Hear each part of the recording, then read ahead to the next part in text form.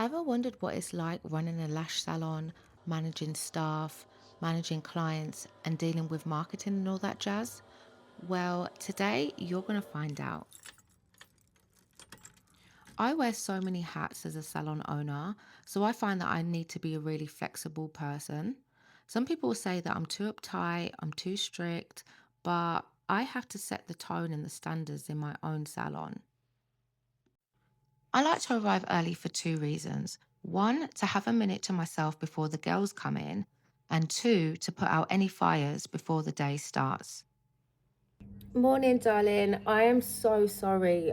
This is Davina from the House of LASHÈ. Yes, we did see your appointment that's come through. Looking at my calendar ahead of time gives me a heads up. I like to check the clients on the waiting list, who the new clients are, blank space for appointments, and more importantly, who has actually made a deposit. Today is one of my least favorite days because it's a day that's distributed between managing the salon and being on the shop floor.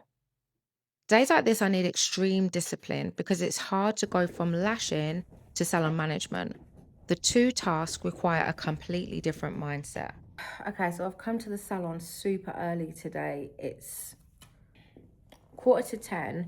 We normally start at 11, and I've come early today because I'm getting my lips done. So Sylvia, who is a resident lash artist for House of LASHÈ, she does aesthetics, and she was looking for a model to do the lip blush, and I volunteered myself, and I'm nervous but I'm excited at the same time. So I've had a look at the calendar. In fact, let me just double check what I've oh my gosh, like I've got this annoying like sniffles. I don't. So we have a pretty full day today. One girl who is a junior, she's still got some space, but the other two girls are fully booked. I've got clients as well today. So I'm gonna do my lips, and then I've got a client pretty much straight away. Yeah, so I've got a little gap some point in the day, and I might just do some work on the memberships. I have a goal to have a certain number of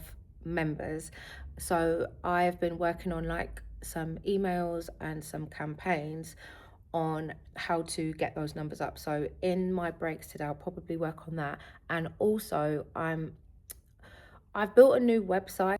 I'm doing it myself. Sometimes I think to myself, like, why am I doing it myself? But I don't know, I just feel like some designers, like, they don't do what I want them to do. I was up till 11 o'clock last night working on it. But I get like that. Once I have something in my mind, I'm like, this needs to be done and it needs to be done now. I might do a little bit more today. Again, in the times that I have free, like in between clients. But oh my gosh, I'm so excited. I told you I've been binging on YouTube. Right. Clients are gonna start coming at 11, so I'm gonna get numbed up.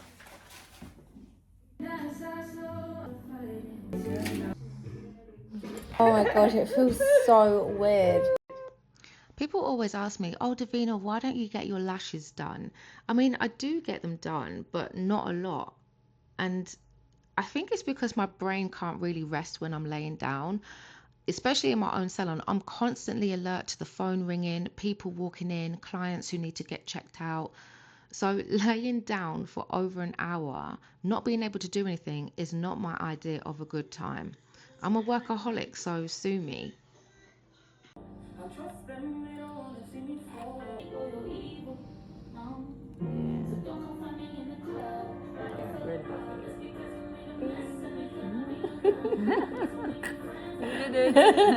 Okay, so we are officially done. The way how I leapt out of that chair, I needed to run to Savers, get some bits for the salon, and get back to checking out clients. Would you like me to charge the card that we have? I like to prepare myself ahead of time so that I'm ready for my clients. I'm really anal about time because in this industry, time is money. And when I say an infill is 1 hour, trust me, I will be lashing for 1 hour. This is one boundary that's actually helped my client relationships, believe it or not.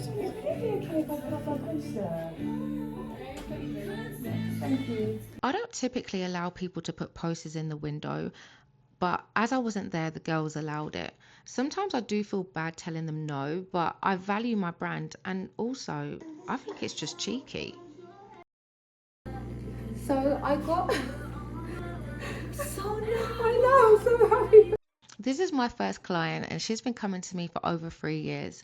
It's easy to get comfortable with clients like this where you build a good relationship. But one thing I always remember is to respect the client. If money is being exchanged, then they are my client, and I treat them with professionalism and respect. Always. You know what? Lately, I've been investing more in my financial education, and I actually have a wealth mentor who I meet with monthly for coaching. To me, there's nothing more important than keeping your finances under control and also actually understanding how money works. I've also been working on my own website, so these are just more examples of all of the hats that I'm wearing. Time for my next client. So my last two clients of the day are actually friends of mine, and regardless of the friendship, they are my clients first. We start the appointment on time and we finish on time. They always book the right thing and ask me if they're not sure because they know that I'm going to kick off. They respect me and I respect them. This is how I treat everybody, to be honest, even my mum. So typically at this point, I would be doing my end of day checks like mopping, sweeping, cleaning, and just preparing the salon for the next day. But as I have a client that finishes right up until the time that we close, today was just a day that I didn't do it.